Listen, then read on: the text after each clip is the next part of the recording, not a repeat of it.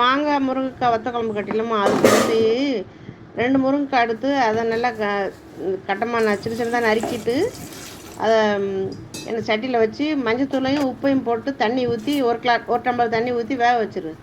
மூடி போட்டு வேக வச்சுட்டு அதுக்கு வந்து மசாலா அரைக்கிறதுக்கு பக்கத்து அடுப்பு பற்ற வச்சு அதில் எண்ணெய் சட்டி வச்சு 1/4 ஸ்பூன் வெந்தயம் போடு.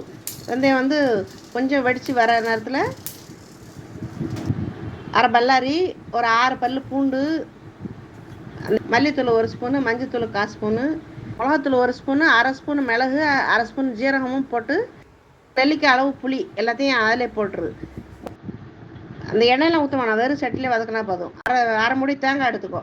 அரை மூடி தேங்காயையும் அதிலே போட்டு எல்லாத்தையும் சேர்த்து நல்லா அடுப்பு சிம்மில் வச்சு நல்லா வறுத்து அதை ஆற வச்சு அதை நல்லா மிக்சியில் நல்லா அரைச்சிக்கிட்டு புளியும் சேர்ந்து நல்லா அரைஞ்சிடும். எல்லாமே அரைஞ்ச உடனே இந்த வெங்காயம் அதுக்குள்ளே இந்த முருங்கைக்காய் வந்து நல்லா அரை வெக்காடு வந்திருக்கும். வந்த உடனே என்ன செய்யும், அதை மிக்சியில் நல்லா அலசி நல்லா அந்த மசாலாவை கரைச்சி வச்சுக்கிட்டு அதை முருங்கைக்காயில் ஊற்றிடு.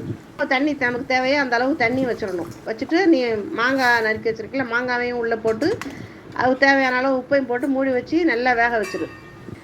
நல்லா பச்சை வாடை போகிற அளவுக்கு நல்லா கொஞ்சம் நேரமாக ஒரு 10 நிமிஷம் அளவு சிம்மிலே வச்சு நல்லா கொதிக்க விட்டுரு. இல்லை வந்தோடனே இறக்க போகிற நேரத்தில் என்ன செய்ய, தாளிப்பு கொடுத்துரு.